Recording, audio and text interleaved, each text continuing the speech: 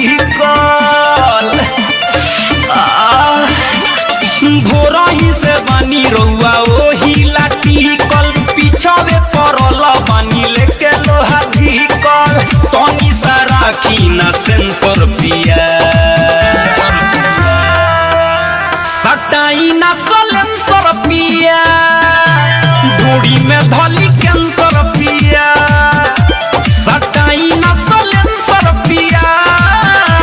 ढोड़ी में धली कैंसर पिया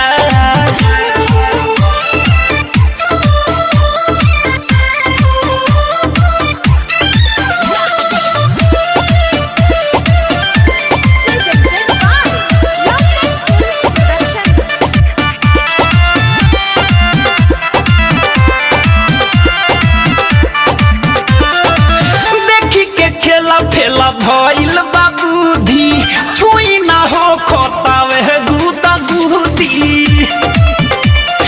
ए राजा देखी के ठेला खेला भइल बाबूधी छुई ना हो खोतावे गुदा गुदी नाचे दिमाग बनी डांसर पिया सटाई ना सलेंसर पिया ढोड़ी में धली कैंसर पिया सटाई ना सलेंसर पिया ढोड़ी में धली कैंसर पिया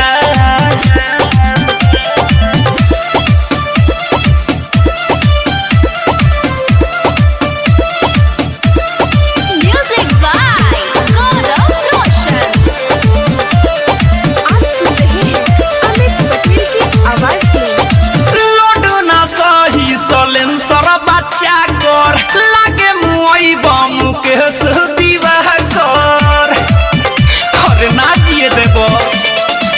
लोडो ना सही सलेंसर बच्चा कर लागे मुई बयमित दीवाह कर काहे बनेला फाइनेंसर पिया सटाई ना सलेंसर पिया ढोड़ी में धली कैंसर पिया सटाई ना सलेंसर पिया ढोड़ी में धली कैंसर पिया भोरही से बानी रउआ ओही लाटिकल पीछावे पड़ल बानी लेके लोहा ढीकल तनी सा राखी ना सेंसर पिया।